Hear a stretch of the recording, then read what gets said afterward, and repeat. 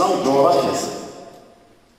İslam coğrafyasında bu kabil olayların meydana gelmesini anlayabilmek için öncelikle tarihsel arka planı, tarihsel background'ı anlamak gerekiyor.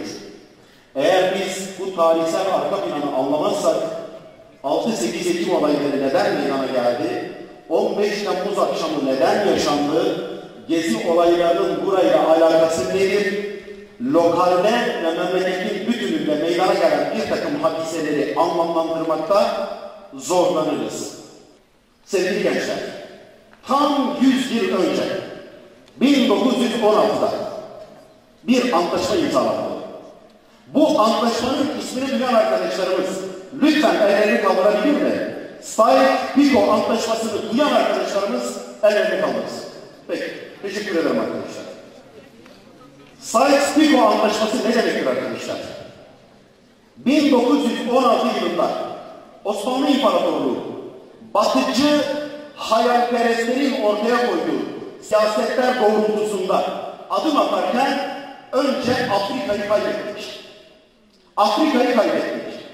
Daha sonra Birinci Dünya Savaşı'nda Osmanlı'nın Batı'nın hızla yükselmesine hazırlıksız yakalanması ve kendi yapmış olduğu, idarecilerin yapmış olduğu yanlışlarla birlikte bu sefer Arabistan Yarımadası'nı kaybettik. Arabistan Yarımadası'nı kaybettik.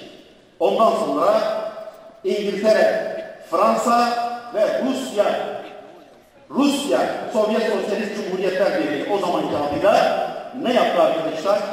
Üçü bir araya geldi. İslam coğrafyasının bu haritası üzerine pergel koydu. Cetvellerle ülkelerin sınırlarını etnik ve mezhepsel temelde paylaştırdı. 2016'nın meselelerini 1923'te analiz edemeyiz dediğimiz için, bu çizgiye geldiğimiz için 15 Temmuz işgal girişimini yaşadık. İçimizdeki mangut zihniyetler vasıtasıyla, içimize saldıkları bu Truva hakları vasıtasıyla. Bu anlamda buna hizmet eden örgütlerin birbirinden hiçbir farkı yoktur.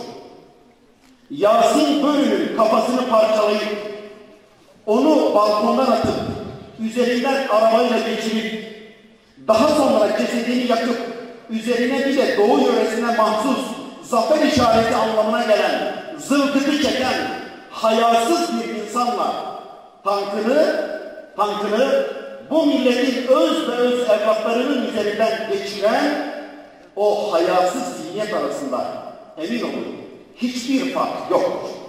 İşte bunlar zıt gibi görünen ama ortak amaca hizmet eden kardeşlerden başkası değildir.